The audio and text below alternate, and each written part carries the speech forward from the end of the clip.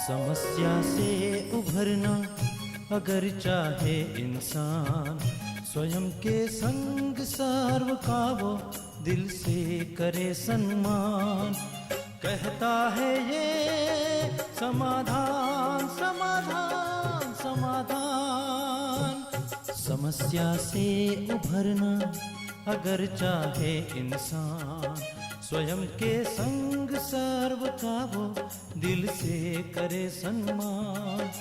कहता है ये समाधान समाधान समाधान समाधान समाधान समाधान।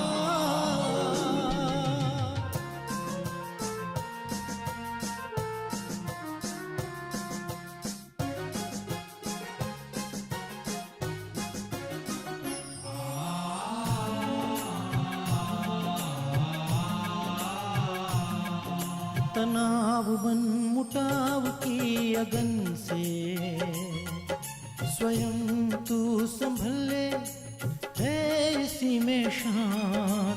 दूरिया दरारे मिटाए मन से, जीवन बन जाएगा खुशियों की खान खुशियों की खान। कहता है ये समाधान समाधान समाधान। नमस्कार, आदाब, सत श्री अकाल मित्रों, स्वागत है एक बार पुनः आप सभी का समाधान कार्यक्रम में। मित्रों, कुछ पर्वतारोही पर्वत पे चढ़ रहे थे, हिमालय की पर्वत पे। अचानक एक पर्वतारोही का पैर फिसल गया और वो नीचे की ओर गिरने लगा। शाम की वेला हो चुकी थी। गिरते गिरते अचानक एक टहनी उसके हाथ में आ गई। उसने वो पकड़ लिया और लटकने लगा, दिल से ईश्वर को याद करने लगा। शाम हो चुकी थी।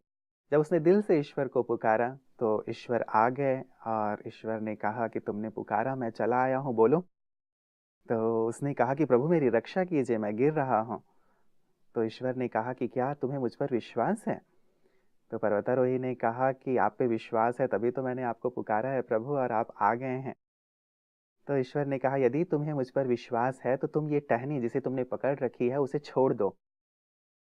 तो उस पर्वतारोही ने कहा कि प्रभु इतनी ऊपर से गिरते गिरते आ रहा हूँ, बड़ी मुश्किल से तो ये टहनी मेरे हाथ में आई है, यदि मैं इसे छोड़ दूंगा तब तो मैं मर जाऊंगा ना। तो उन्होंने कहा नहीं, तुम बिल्कुल नहीं मरोगे, तुम इसे छोड़ दो। तो पर्वतारोही ने कहा कि प्रभु और कोई उपाय नहीं है, कोई और चारा, कोई और तरीका?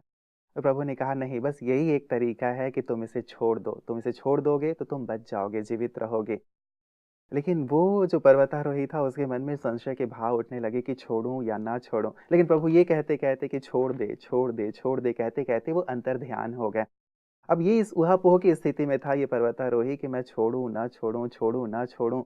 गहरी रात होने लगी, ठंड भी बढ़ने लगी थी और ये अपनी उस स्थिति से बिल्कुल बाहर नहीं निकल पाया, अपने संशय की स्थिति से, और वहीं लटका रहा। लेकिन ठंड बढ़ती गई और ठंड से ठिठुर के उसकी मृत्यु हो गई। सुबह रेस्क्यू टीम आई और उन्होंने देखा कि वो पर्वतारोही एक टहनी को पकड़ के लटका हुआ है और ठीक उसके 5 फीट नीचे ही जमीन है।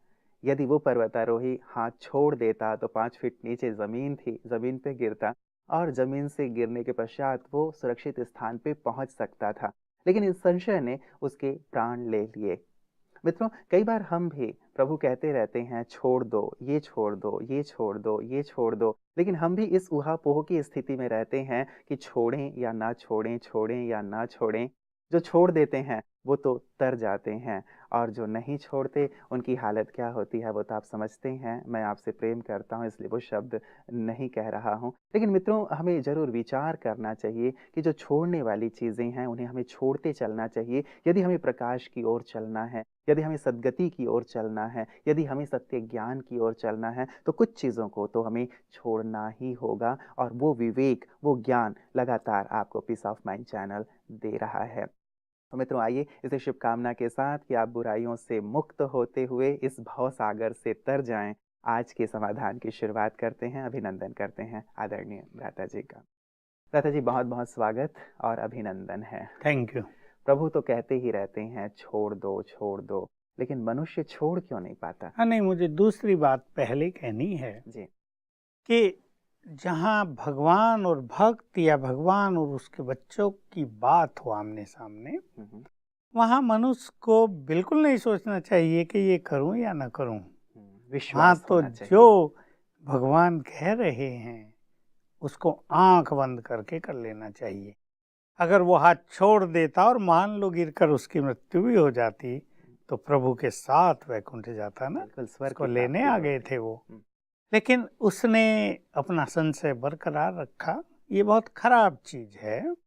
ज्ञान मार्ग पे चलने वालों को मैं कहना चाहूँगा कि बाबा की आज्ञा में कोई संशय नहीं होना चाहिए, क्योंकि वो परम कल्याणकारी है। अगर वो कह रहा है कि ये कर दो, तो बिल्कुल कर देना चाहिए। वो कह रहा है ये नहीं करो, भले ही हमें अच्छा दिख रहा हो, उसे नहीं करना चाहिए। पहली बात तो ये है, जी। उसकी आज्ञाओं पर पूरी तरह खरा उतरना। रही बात छोड़ने की, सो तो वो बुराइयों को छोड़ने का ही आदेश दे रहा है। वो बुराइयां जिन्होंने हमें दुखी किया है, वो बुराइयां जो मनोविकार बनकर हमें बिल्कुल नीचे ले आई हैं, जो हमारे मार्ग में सबसे बड़ी अवरोध हैं, जो हमें सफल नहीं होने देते। आजकल जो बहुत कुछ दिखाई दे रहा है परिवारों में, जो सुख शांति नहीं कायम होने देती, उन बुराइयों को छोड़ देना, ये उसके हित में नहीं, हमारे हित में में है। है, लेकिन छूट इसलिए नहीं रही है, ये वाली हाँ, तकलीफ है। ब्रदर जी, कल ही मैं एक मेल देख रहा था, तो एक यंग हमारे भाई का मेल था, और वो भी शायद 2 वर्ष से विद्यालय से जुड़े हैं, मेडिटेशन भी कर रहे हैं। कितना होता है ये तो अलग बात है, लेकिन वो ये कह रहे हैं कि पहले मुझे आदत लग गई थी कुछ गलत साइट्स पे जाने की, कुछ पोर्न फिल्में जो हैं वो देखने की, कुछ ऐसी पत्रिकाएं देखने की।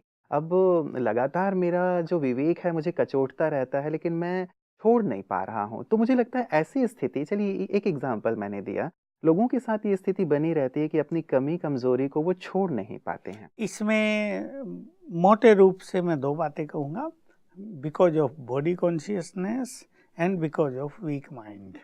वो छोड़ नहीं पाते हैं। हुँ, हुँ। मनोबल बढ़ा चढ़ा नहीं है, मन की शक्तियाँ बहुत कमज़ोर पड़ गई हैं, और बॉडी कॉन्शियसनेस के कारण मनुष्य इन चीज़ों के अधीन हो जाता है। देखिए, सिगरेट ही तो है, 3.5-4 इंच की, लंबा चौड़ा मनुष्य, बुद्धिमान मनुष्य, सारे संसार पे राज करने की इच्छा रखने वाला मनुष्य सिगरेट के अधीन रहता है, बीड़ी के अधीन रहता है, शराब के अधीन रहता है। एक और सोचता है मैं बस विश्व पे राज करने लगूं, धरती पर मेरे जैसा कोई ना हो। दूसरी ओर छोटी सी चीज के अधीन। इसमें बॉडी कॉन्शियसनेस भी है और मन की शक्तियों की बहुत बड़ी कमजोरी भी है। इसलिए हमारे यहाँ क्या होता है कि लोग आने से ही सोल कॉन्शियसनेस का अभ्यास करने लगते हैं, हुँ, हुँ। और जो अच्छी तरह कर लेते हैं उनकी सब बुराइयां छूट जाती हैं, और जो नहीं कर पाते उन्हें लंबा समय बुराइयों के साथ गुजारना पड़ता है, और 1-2 साल के बाद धीरे धीरे बुराइयां छूटती हैं। दूसरा, योग अभ्यास। जी, जी। योग अभ्यास का सबसे बड़ा महत्व है ही ये। आज तक इसी चीज की तो मिसिंग थी। ऐसा तो बिल्कुल नहीं कि हमारे वेदों में, दर्शनों में सुंदर बातें नहीं कही गई हैं, बहुत सुंदर बातें कही हैं। उनको धारण करके मनुष्य देवता बन जाए, उनको धारण करके घर घर आश्रम बन जाए, ये बिल्कुल सत्य है। लेकिन उनको धारण करने की शक्ति नहीं है, क्योंकि जो परम सत्ता है उससे कनेक्शन नहीं है। तो योग अभ्यास करें और सोल कॉन्शियस होने की प्रैक्टिस करें, तो जो चीज़ हम छोड़ना चाहते हैं उनको छोड़ने का मनोबल प्राप्त हो जाएगा, और जो चीज़ अपनाना चाहते हैं उनको हम सहज भाव से जीवन में उतार पाएंगे। बिल्कुल, मतलब ये हमें करना ही होगा, बिना इसके कोई चारा नहीं है, क्योंकि मन बहुत कमज़ोर हो ही गए हैं और योग से ही हमें वो शक्ति प्राप्त हो सकती है। लता जी, पहली बात पे भी आना चाहूँगा मैं। जैसे पर्वतारोही के सामने तो भगवान ही आ गए थे, उसे तो छोड़ देना चाहिए था। लेकिन आज के दौर में ऐसा नहीं होता कि भगवान सामने आ जाएँ प्रत्यक्ष और मुझे बोलें कि ये कर, ये ना कर। हमें या तो अपने ग्रंथों के द्वारा, या हमें अपने गुरु के द्वारा, या हमारे बड़ों के द्वारा ये बात पता चलती है कि हाँ भाई, ये कर या ये नहीं कर। तो वहाँ ये वाली जो एक ऊहा-पोह वाली स्थिति है बन जाती है। डायरेक्ट भगवान मुझे कहें, ऐसी वाली स्थिति तो है नहीं। हाँ, ऐसी वाली स्थिति भी है। जो राजयोग के पथ पर चल चुके हैं, जिन्होंने पवित्र जीवन अपना लिया है, हुँ, हुँ। उनको रोज के अनुभव हैं कि भगवान सामने आकर ही कहते हैं ये करो, ये ना करो। लेकिन जैसा मैंने कहा, उसके बाद भी व्यक्ति को राजयोग के द्वारा अपने मन की शक्तियों को बढ़ाने की जरूरत है। और अपने विवेक को भी दिव्य बनाने की जरूरत है। देखिए, संसार में भी किसी डॉक्टर के पास कोई पेशेंट जाता है, मुझे बहुत हाई ब्लड प्रेशर है जी। या मुझे ये तकलीफ हार्ट की हो रही है, पूछता है डॉक्टर क्रोध तो नहीं करते? तो कहा करता तो हूँ, क्रोध न किया करो आज से। भाई इतना कह के डॉक्टर तो समझता है हमने बहुत अच्छी बात उसे कह दी, और no doubt it's a good thing, लेकिन वो क्रोध कैसे न करे, उसके लिए एक सद्विवेक की भी जरूरत होती है। एक तो परमात्म शक्तियों की जरूरत है, लेकिन एक सद्विवेक कि वो एनालिसिस कर पाए कि किन परिस्थितियों में उसे क्रोध आता है और उन परिस्थितियों में वो अपने विचारों को कैसे परिवर्तन करे कि वहाँ उसे क्रोध ना आए। ऐसे ये सद्विवेक कि वो तो आत्मा पवित्र है, शांत है, क्रोध से मुक्त है। क्रोध तो आत्मा का कोई लक्षण नहीं, गुण नहीं, ये तो पराई चीज है, ये तो मायावी चीज है।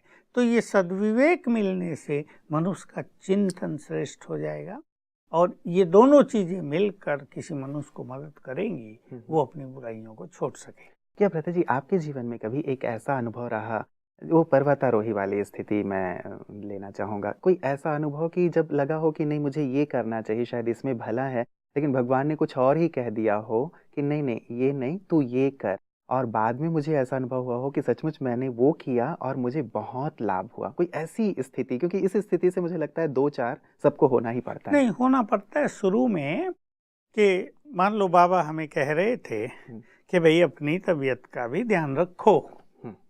मुझे जैसे बाबा ने कहा कि अपने स्वास्थ्य का ज्ञान होना, कैसे लाइफ को चलाना है, ये ज्ञान होना भी एक नॉलेजेबल आत्मा की पहचान है। लेकिन मेरे विवेक ने दूसरी तरह काम किया। मैं डॉक्टर तो हूँ नहीं जो मुझे पता हो मेरे को कोई बीमारी क्यों हो रही क्या। ठीक है भाई, बाबा ने तो कह दिया, पर करें क्या इसमें? तो हमने उस बात पे केयर नहीं किया। तो बीमारियां तो बड़ी छोटी मोटी, लेकिन बाद में चल के जैसे ही कुछ मैंने अच्छी वो कर ली, जैसे नेचर क्योर कराए 2-4 बार, नेचर क्योर की सारी स्टडी कर ली। जब वहाँ रहते थे 15-15 दिन तो खाली होते थे, तो बुक्स होती थी, लाइब्रेरी होती थी उनकी, हम सारी पढ़ ली। तो एक अच्छी नॉलेज मिल गई, एक अच्छी अवेयरनेस मिल गई, क्या खाना चाहिए क्या नहीं, कब खाना चाहिए कब नहीं, गड़बड़ हो जाए तो खाना छोड़ देना चाहिए, उठते ही क्या करना चाहिए, सोते क्या करना चाहिए। तो तब बाबा की वो बात समझ में आई कि अरे बाबा ने 5 साल पहले कहा था अपनी तबीयत को चलाने का भी ज्ञान होना चाहिए। अब वो ज्ञान हो गया है, तो तब से बहुत चीजें सीख ली। और मान लो कोई कभी कठिनाई होती है तो रात का भोजन छोड़ दिया, ये चीज लेने से कठिनाई हो रही वो छोड़ दी, छोड़ने की शक्ति रहती है। तो ये ऐसी चीज हर एक के जीवन में आती है। किसी को किसी विशेष मार्ग पे चलना होता है। एक घटना मुझे याद आ गई, किसी को कहा कि भाई तुम्हारी तो शराब की दुकान है, ये बंद करो, तुम अब ब्राह्मण बन गए हो और ये अच्छा नहीं लगता धंधा। उसको ये बात समझ में नहीं है, उसने चालू रखा तो उनको नुकसान हुआ। जैसे ईश्वरीय अवज्ञा हो गई ना, तो जीवन जैसे फलीभूत नहीं हुआ, मजा नहीं आया जीवन में। ऐसे बहुतों के साथ होता है। सिगरेट बेचते हैं, पान तंबाकू, ये सब जो आजकल की चीजें लोग बेचते हैं, हमसे भी आके पूछते हैं बेचें। अभी पहले तो हम उन्हें कहते हैं कि भाई ये तो तुम्हारा धंधा है, बेचते रहो। लेकिन जब वो अच्छी तरह बताते हैं कि भाई मन नहीं मानता, अब बाबा ये कहते हैं और हम ये बेच रहे हैं, मन नहीं मानता, तो मैं उन्हें कहता हूँ अब चेंज कर लो अपना बिजनेस। वो चेंज कर लेते हैं। तो ये ईश्वरीय आज्ञा, कहा तो हमने पर है तो ईश्वरीय आज्ञा। तो देखते हैं उसका काम भी बहुत अच्छा चलने लगता है और ये जो गिल्टी कॉन्शियस उसको होती थी वो भी दूर हो जाती है। जी जी, हो सकता है थोड़ा सा नुकसान पहले उठाना पड़े, लेकिन परमात्मा की आज्ञा इसमें तो फिर बरकत ही बरकत होगी, मुझे ऐसा लगता है, और सबके अनुभव भी ऐसे होते होंगे। चलिए भ्राता जी, मेल्स की ओर लिए चलता हूँ। ये पहला मेल हमें अनुज कुमार ने भेजा है और ये कहते हैं कि respected sir, is today you explained that if one is asked to sit and enjoy for a period of 6 months, but he will soon bored, as no action is made by him. So please explain how God remains without any action for a long period of 5000 years in spite of supreme power. बड़ा ही गहरा सा आध्यात्मिक प्रश्न इन्होंने पूछ लिया। बहुत गहरी फिलोसफी है ये। देखिए, वो है आनंद का सागर, इसलिए वो वहाँ रहते भी परम आनंद में स्थित रहता है। और जहाँ मनुष्य के मन की आनंदित स्थिति होती है वहाँ उसको बोरियत नहीं होती है। कोई भी आत्मा हो और परमात्मा आनंद का सागर है, ये उसका मुख्य कारण है। लेकिन वो पूरे 5000 साल इनएक्टिव होकर वहाँ में नहीं बैठा रहता। पहले 2500 साल जब उसका रचा हुआ स्वर्ग इस धरा पर है और सब कुछ सुंदर रूप से चल रहा है, धन धान से संपन्न है, उसके बच्चे पवित्र हैं, रोग शोक से मुक्त हैं। लेकिन द्वापर युग के बाद जैसे ही देव सभ्यता मानव सभ्यता में परिवर्तित होती है, भक्ति प्रारंभ होती है, लोग उसे पुकारना प्रारंभ करते हैं, उसकी मदद की कामना करते हैं, तो वो पुनः एक्टिव हो जाता है। और द्वापर युग के बाद और अब तक वो ऊपर रहकर एक्टिव होता है और कलयुग के अंत में नीचे आकर एक्टिव होता है। तो द्वापर और कलयुग में ऊपर रह के ही वो ये सारे कार्य करते रहते हैं। अब रहता जी, एक चीज जो सैद्धांतिक रूप से जो बात पहले आपने कही थी उस पे मैं आना चाहूंगा कि ऊपर आपने पहले कहा था परम धाम में कोई फीलिंग्स नहीं होती, सुख दुख की कोई फीलिंग नहीं, तो फिर वहां वो आनंद का अनुभव कैसे कर? देखिए, ये जो सिद्धांत है ये आत्माओं के लिए हैं। परमात्मा इन सब चीजों से बियॉन्ड है और वो वहाँ रहते भी कहीं भी आ जा सकता है। वो चाहे तो स्वर्ग में आके उसे देख सकता है, वो चाहे तो सूक्ष्म लोक में आके कुछ कार्य कर सकता है, क्योंकि सूक्ष्म लोक तो तब भी होता है, वो तो एक स्पेस है ना, उसका अस्तित्व समाप्त नहीं होता, वहाँ कोई कार्य तब नहीं चलता क्योंकि उसकी जरूरत नहीं है। इसलिए वहाँ वो जो परम आनंद में है, अगर हम ये भी कह दें कि वो सब चीज़ों से बियॉन्ड है, तो वो रियत से भी बियॉन्ड रहेगा। वहाँ ये चीज़ की फीलिंग नहीं होती है। वहाँ सब आत्माओं को ये फीलिंग्स होती अवश्य हैं, लेकिन वो उसे एक्सप्रेस नहीं कर सकती। मान लो वो शांति धाम है, जहाँ आत्माएं रहती हैं वो शांति धाम है, तो आत्मा संपूर्ण शांति में है, अपनी मुक्त अवस्था में है वो उसमें, लेकिन एक्सप्रेस नहीं कर सकती क्योंकि सूक्ष्म शरीर नहीं है, स्थूल शरीर नहीं है। ऐसे ही परमात्मा जो इन सब चीजों से परे है, वो आनंद का सागर होने के कारण उस आनंद की अनुभूति में सदा ही है, उसको एक्सप्रेस करने की तब जरूरत भी नहीं होती। एक्सप्रेशन तो इस समय आकर वो उसका लेते हैं। बिल्कुल, मतलब ये बड़े शुभ चिंतक हैं कि प्रभु जी कहीं ऊपर बोर ना होते हों कि 5000। हम इन्हें बता दें कि वो बिल्कुल बोर नहीं होते, वो आनंद के सागर, सुखों के सागर हैं, तो उनके वाइब्रेशंस ही बहुत सुंदर आनंदकारी होते हैं, उनके बोर होने का प्रश्न नहीं। एक चीज बता जी, जैसे आपने कहा द्वापर में हमारी जो आवाज, पुकार, दुख या हमारी प्रार्थना पहुंचती है, ये आवाज तो वहां तक नहीं पहुंचती जो आवाज हम लगाते हैं, फिर कैसे वो उसे सुनते हैं, कैसे हमारी कामना पूरी करते हैं? देखिए, ये होता इस तरह है कि आवाज की बात नहीं, आवाज तो वहां जाएगी नहीं, आवाज चेंज हो जाती है वाइब्रेशंस में, और वाइब्रेशंस जिसके लिए हम कर रहे हैं उस तक वो पहुंच जाते हैं। वाइब्रेशंस को वो तो सदा ही ग्रहण कर लेता है और उसका रेस्पॉन्स जो रिटर्न होता है वो वाइब्रेशंस के रूप में ही होता है, जो नीचे आके जिसकी जो कामना है, शब्द या आवाज, उस रूप में वो जैसे ट्रांसलेटेड हो जाता है। तो ये वाइब्रेशंस के द्वारा ही ऊपर जाना, वाइब्रेशंस के माध्यम से ही रेस्पॉन्स आना, प्रैक्टिकल में, फिजिकली यहाँ वो स्थूल रूप में दिखाई देता है। तो क्या इस वाइब्रेशन को वहां तक जाने की जरूरत है? जैसे कई बार आप कहते हैं कि जो हम संकल्प करते हैं वैसा ही वो प्रकृति के साथ मिलके वापस हमें रिटर्न देता है, तो इसे ऊपर परमात्मा तक जाने की क्या जरूरत है? वो यहीं से मिलके हमें वो रिटर्न नहीं दे सकता? देखिए, ये है क्योंकि वो लोग परमात्मा को पुकार रहे हैं, उसकी प्रेयर कर रहे हैं, यानी इमोशनली, मेंटली तो वो उससे जुड़े हुए हैं ना, इसलिए उनके वाइब्रेशंस उसको जाएंगे, मतलब वहां से जाके ही रिटर्न आएगा। हाँ।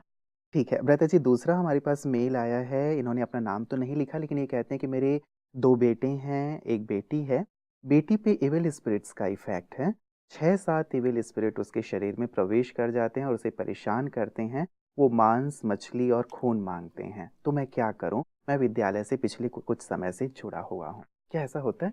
हाँ, देखिए, होता तो है, प्रैक्टिकल इनके साथ हो रहा है, और वो लड़की का हाल भी बहुत खराब कर देते होंगे, समझो मेंटली तो वो बिल्कुल वीक कर देंगे, वो भी 6-7 ऐसा ये बौद्धिक रूप से तो बिल्कुल वीक कर देंगे। इतनी आत्माओं की जो बैड एनर्जी उसके ब्रेन को जाएगी तो पूरा ही डैमेज कर लेगी। किसी को दिखा लेना चाहिए इनको, बहुत सारे स्पेशलिस्ट इन विद्याओं को जानने वाले होते हैं, और अगर वो कुछ मांगते हैं तो जरूरी नहीं इनको उनको देना है, वो उनके नाम से जो भी इसको जानने वाले उनसे करा देते हैं, तो वो भी इसको ठीक कर लेते हैं। लेकिन अब ये ज्ञान मार्ग पर हैं, तो इन्हें इन आत्माओं की मुक्ति के लिए एक 21 दिन की योग भट्टी कर देनी चाहिए। जी। दिन में एक टाइम निश्चित करके मैं मास्टर सर्वशक्तिवान हूँ, मास्टर मुक्ति दाता हूँ, इस स्वमान में स्वयं को स्थित करके फिर ये संकल्प करें कि अब मैं ये 1 घंटा योग करूँगा। इस योग के बल से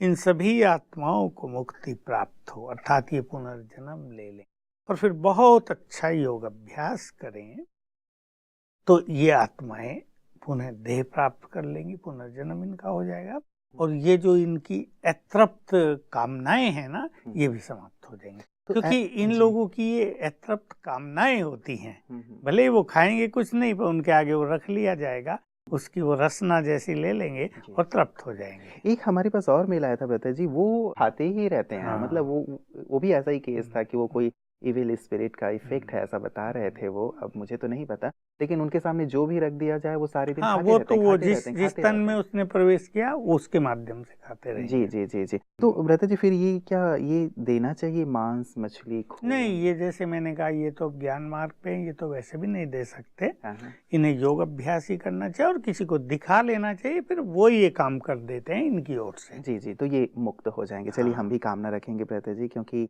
एक बड़ी ही दिक्कत वाली स्थिति हो जाती है कि कैसे इस स्थिति से निकला जाए और मुक्त हुआ जाए। क्या इसमें विशेष हमारे कुछ कार्मिक अकाउंट के कारण ऐसा है, या हम कहीं किसी गलत जगह पे चले गए, शमशान से गुजर गए, तो ये वाली बात इफेक्ट करती है हमारे वो ऊपर? भी करती है, पर बिना कर्मों के हिसाब किताब के यहाँ कुछ भी घटित नहीं होता है। हम्म। आत्माएं तो बहुत भटक रही, पर वो सब पे इफेक्ट नहीं कर सकती। वो करती उन पर ही हैं जिनसे उनका कर्मिक अकाउंट बहुत कड़ा जुड़ा रहता है पूर्व जन्मों का। इसलिए हम सदा एक चीज कहते हैं कि किसी को सताओ नहीं, किसी का धन संपत्ति न हड़पो, सदा एक पुण्य कर्म की ओर बढ़े रहो, तो इन चीजों का सामना कभी भी करना नहीं पड़ेगा। बिल्कुल। चलिए हमारी भी शुभकामना रहेगी ब्रदर जी कि जल्दी से ये इससे मुक्त हो जाएं। एक एसएमएस ब्रदर जी हमारे पास आया हुआ है, मैत्रेयी जी ने भेजा है और ये कहती हैं कि good evening sir, requesting for prayers for my brother who is in hospital for the past 1 month. Every day complications are increasing. Thank you. ये मैत्रेयी जी हैं ब्रदर जी, जो भाई बहुत तकलीफ में हैं, डे बाय डे स्थिति खराब होती जा रही है। कई ऐसे लोग हैं ब्रदर जी जिनके अपने परिजन ऐसे हॉस्पिटल में हैं। आज मैं चाहूँगा कि आप उन सब के लिए थोड़ा 2 मिनट हम सबको मेडिटेशन ज़रूर कराएं। हम सब सामूहिक रूप से आज जो भी हमारे दर्शक भी बैठे हुए हैं, एक साथ मिलके इनको वाइब्रेशन देंगे, ऐसी कामना है। हाँ, सभी 6 बजे तो देते ही होंगे जी। और देना भी चाहिए। पहले मैं इनके लिए कुछ कह दूं, इनको घबराने की बिल्कुल ज़रूरत नहीं है। पानी चार्ज करके उनको पिलाएं, उनके ब्रेन को एनर्जी दें और 1 घंटा उसके लिए योग अभ्यास कर दें, रोज 1 घंटा निश्चित करके। हमने देखा कि योग एक ऐसी शक्ति है जिसका बहुत सुंदर प्रभाव हर चीज पर पड़ता है। कल ही हमारे पास एक व्यक्ति आए जिनका कोर्ट में केस चल रहा था 37 ईयर्स से। देखो, मैंने कहा 37 ईयर भी कोर्ट केस चलता है क्या? कि हमारे फादर का चला आ रहा था, वो हमें फेस करना पड़ रहा है। और 21 दिन ऐसे योग अभ्यास किया और कहा बस 23-24 दिन में ही डेट लगी और फैसला उसी दिन हमारे फेवर में आ गया। 37 साल का केस तुरंत हल हो गया, इनके फेवर में हो गया। ये तो योग की तो बहुत बड़ी योग शक्ति बल है। सचमुच संसार का सबसे बड़ा बल है।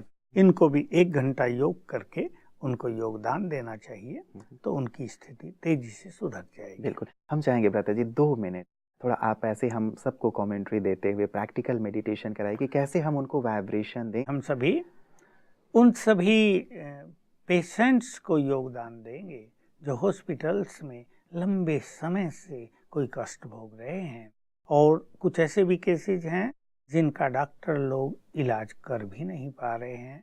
जो ऐसे केस हो गए हैं कि डॉक्टरों ने कह दिया भाई इनक्योरेबल ये केस है, उन सब को अब हम योगदान देंगे। तो स्वयं को स्थित करें, मैं ग्लोब के ऊपर विराजमान हूँ।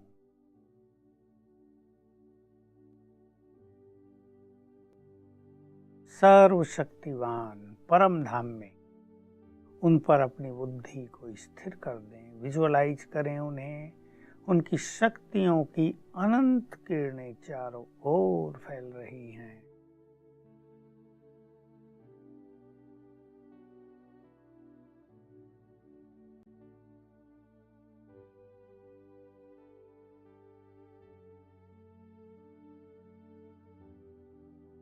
अब उनकी ये शक्तियों की किरणें नीचे मुझ में समा रही हैं।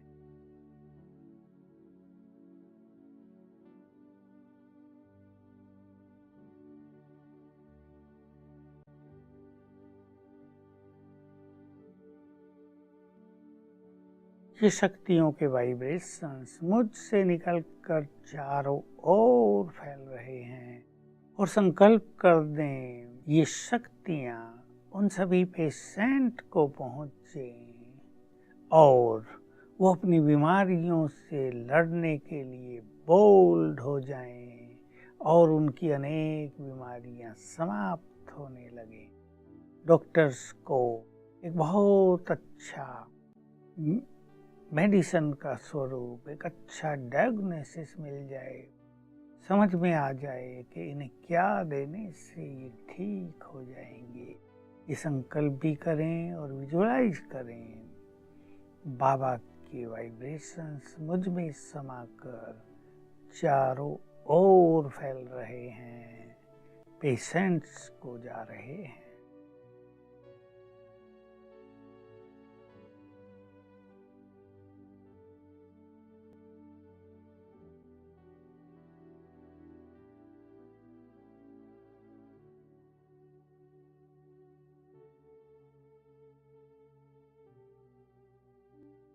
ओम शांति। बहुत बहुत शुक्रिया ब्रदर जी। बहुत ही गहन शांति की अनुभूति हो रही थी और निश्चित रूप से सभी जो भी ऐसे विपदाग्रस्त हैं, चाहे शारीरिक व्याधि हैं, सब इससे मुक्त होंगे और हमारे सभी दर्शकों ने भी इसको बहुत आनंद या एंजॉय किया होगा। अच्छी शांति के वाइब्रेशन ऐसे ही फैलाते रहें। आज के सुंदर प्रकाश के लिए ब्रदर जी और स्पेशली इस योगाभ्यास के लिए आपका बहुत बहुत शुक्रिया। मित्रों, सचमुच जब ऐसी गहन शांति में बैठते हैं, योग के वाइब्रेशंस फैलाते हैं, दूसरों के लिए दुआ करते हैं, तो हमारी खुद के दिल को कितना आराम मिलता है और चैन की अनुभूति होती है जब हम सचमुच ऐसे दूसरों को अपनी शुभकामनाएं देते हैं। जैसे मैत्रेय जी ने अपने भाई की बात कही थी, मुझे लगता है बहुत सारे हमारे अपने ऐसी स्थितियों से, बीमारियों से या परिस्थितियों से दो चार होते ही रहते हैं और यदि हम उनके लिए ऐसे योग का दान देंगे तो जल्दी वो भी इस स्थिति से बाहर आ जाएंगे, एक सामान्य जीवन जीने लगेंगे। आपने देखा होगा कि कई बार डॉक्टर्स ऑपरेशन थिएटर से बाहर आते हैं और यही कहते हैं ना कि भाई हमने अपना काम कर दिया, हमने तो दवा दे दी, अब आप दुआ करो। तो इस दुआ की, इस मेडिटेशन की सचमुच बहुत ज़्यादा आवश्यकता हो जाती है। वो कहते हैं ना कि न जाने कौन मेरे हक में दुआ करता है कि मैं डूबता भी हूँ तो समंदर उछाल देता है। तो जब हमारे लिए कोई दुआ करता है तो हम डूब भी रहे हों तो वो समंदर उछाल देता है, अर्थात हम उस स्थिति से बाहर आ जाते हैं। तो मेडिकेशन के साथ साथ हम मेडिटेशन को ज़रूर जोड़ें, इससे जल्दी से जल्दी हीलिंग होगी और ये सब कार्य हम spiritual healers, spiritual well wishers कर सकते हैं। तो न केवल अपनों के लिए लेकिन सभी के लिए हम ऐसी ही दुआएं करें, शुभकामनाएं करें। अपना ख्याल रखिएगा, कल पुनः आपसे मुलाकात होगी। नमस्कार। धैर्य और दृढ़ मनोबल से कर दे तू पल भर में मुश्किलें आसान, कथनी समकरनी के पावन जल से स्वर्ग बन जाएगा सारा ये जहान, सारा ये जहान। कहता है ये समाधान, समाधान, समाधान।